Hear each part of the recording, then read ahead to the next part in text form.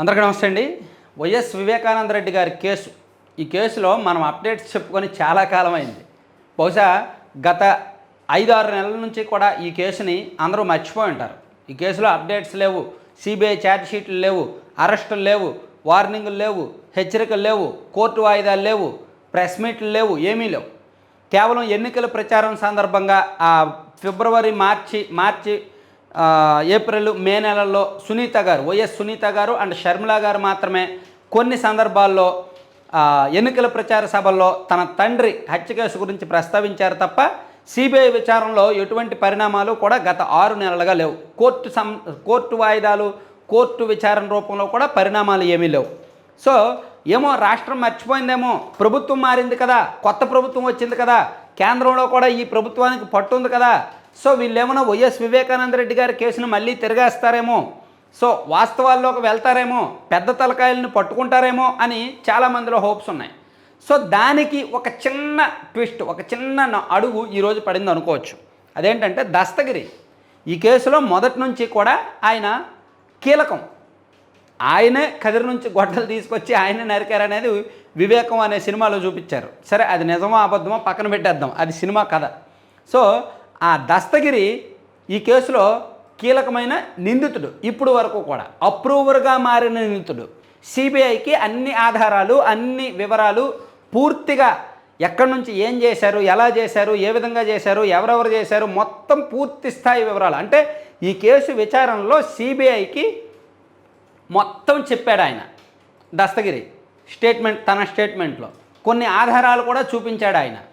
డబ్బులు ఏ విధంగా చేతులు మారాయి, ఎవరెవరు అకౌంట్లో పడ్డాయి, ఎవరు సమకూర్చారు, పాత్రదారులు, సూత్రధారులు, ఇదంతా కూడా చెప్పాడు ఆయన. సో ఆయన ఇప్పటి వరకు నిందితుడు ఈరోజు వరకు. కానీ ఈరోజు అతన్ని కోర్టు నిందితుడిగా కొట్టివేసి సాక్షిగా అంగీకరించింది. అంటే వివేకానంద రెడ్డి గారి హత్య కేసులో దస్తగిరి ఇప్పుడు వరకు A4గా ఉన్నాడు కదా, నిందితుడిగా ఉన్నాడు కదా, ఇక మీదట ఆయన నిందితుడు కాదు, సాక్షి మాత్రమే. అంటే ఆ కేసుకు సంబంధించి ఎప్పుడైనా కోర్టులో విచారణ జరిగితే సాక్షిగా దస్తగిరి వెళ్ళి తను చూసింది, తను చేసింది మొత్తం చెప్తాడన్నమాట. ఇక మీదట ఆయన నిందితుడు కాదు. కోర్టు ఈరోజు ఆ వెసులుబాటు కల్పించింది. సో దీని కారణంగా ఒక బలమైన సాక్ష్యం సిబిఐకి దొరికినట్టే. ఆల్రెడీ ఆయన చెప్పిన ఇన్ఫర్మేషన్తోనే సిబిఐ కొన్ని సాక్ష్యాలు, ఆధారాలు సంపాదించింది. కాకపోతే ఏమైందో ఏమో గత 6 నెలల నుంచి కూడా సిబిఐ బాగా నెమ్మదించింది.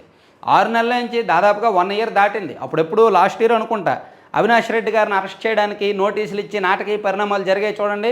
అవినాష్ రెడ్డి గారిని అరెస్ట్ చేయడానికి సిబిఐ ఏమో కర్నూలు వెళ్ళడం, అవినాష్ రెడ్డి గారి అమ్మగారికి ఒంట్లో బాగాలేదు చంపి కర్నూలు హాస్పిటల్లో జాయిన్ చేయడం, అక్కడ వందలాది మంది కార్యకర్తలు హాస్పిటల్ చుట్టూ గుమిగొట్టడం, సిబిఐ అధికారులు వచ్చి కర్నూలు ఎస్పీ గారితో మంత్రాలు జరపడం, ఇదంతా ఒక పెద్ద సినిమాటిక్ డ్రామా నడిచింది కదా. ఆ తర్వాత ఎటువంటి పరిణామాలు లేవు. అవినాష్ రెడ్డి గారు ముందస్తు బెయిల్ పిటిషన్ వేసుకున్నారు. ముందస్తు బెయిల్ పిటిషన్ మీద సుప్రీంకోర్టు, హైకోర్టు రకరకాల స్టేట్మెంట్లు ఇచ్చాయి.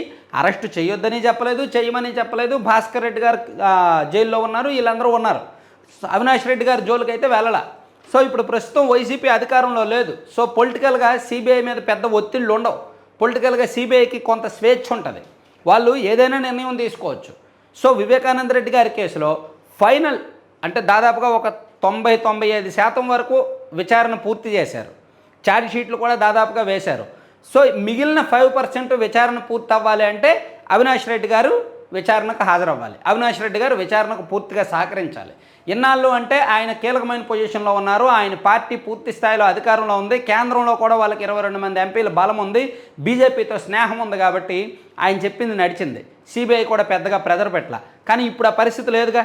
కాబట్టి ఏమో అవినాష్ రెడ్డి గారిని అరెస్ట్ చేసే అవకాశాలు లేకపోలేదు. ఒకవేళ ఈ కేసును కనుక కదిపితే, రాష్ట్ర ప్రభుత్వం కూడా టైట్ చేస్తే, కేంద్ర ప్రభుత్వం నుంచి కూడా సిబిఐకి స్పష్టమైన ఆదేశాలు వస్తే ఈ కేసులో మరికొన్ని రోజుల్లోనే లేదా మరికొన్ని నెలల్లోనే సంచలనమైన పరిణామాలు జరిగే అవకాశం ఉంది. ఊహించినటువంటి అరెస్టులు జరిగే అవకాశం ఉంది.